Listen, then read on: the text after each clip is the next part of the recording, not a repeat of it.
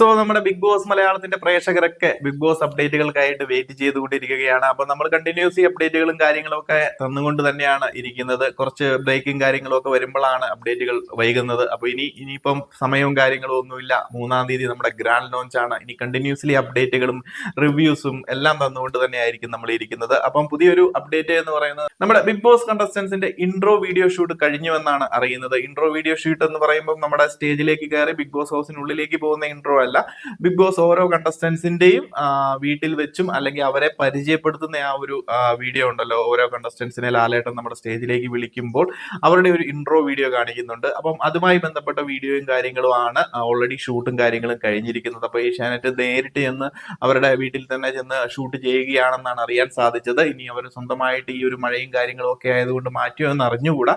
എന്താണെങ്കിലും അതുമായി ബന്ധപ്പെട്ട കാര്യങ്ങളൊക്കെ കഴിഞ്ഞു എന്നാണ് അറിയുന്നത്. ഇൻട്രോ വീഡിയോ ഷൂട്ടും കാര്യങ്ങളും ഒക്കെ നിലവിൽ കഴിഞ്ഞിട്ടുണ്ട്. ഇനിയപ്പോൾ കണ്ടസ്റ്റൻസ് എല്ലാം ഈ വരുന്ന 28, 29 തീയതികളിലേക്കായിട്ട് നമ്മുടെ സ്വന്തം മലയാളത്തിന്റെ സെറ്റിൽ ചെന്നൈയിലേക്ക് എത്തും. അപ്പം 1-ാം തീയതി 2-ാം തീയതിയൊക്കെ ആയിട്ടാണ് ബിഗ് ബോസ് കണ്ടസ്റ്റൻസിന്റെ അവിടുത്തെ സ്റ്റേജിലെ ഷൂട്ടും ബിഗ് ബോസ് ഹൗസിനുള്ളിലേക്ക് കയറുന്നതും ഒക്കെ. 2-ാം തീയതിയാണ് ബിഗ് ബോസ് ഹൗസിനുള്ളിലേക്ക് കണ്ടസ്റ്റൻസിനെ എല്ലാം കയറ്റി വിടുന്നത്. 3-ാം തീയതി നമുക്ക് കാണാൻ സാധിക്കും. നമ്മളെ ടെലികാസ്റ്റ് ചെയ്യിക്കുന്നത് 3-ാം തീയതിയാണ്. നമുക്ക് ജിയോ ഹോട്ട്സ്റ്റാറിലും അതുപോലെ തന്നെ ഏഷ്യാനെറ്റിലും കാണാൻ സാധിക്കും നമുക്ക് ബിഗ് ബോസ് മലയാളം സീസൺ 7.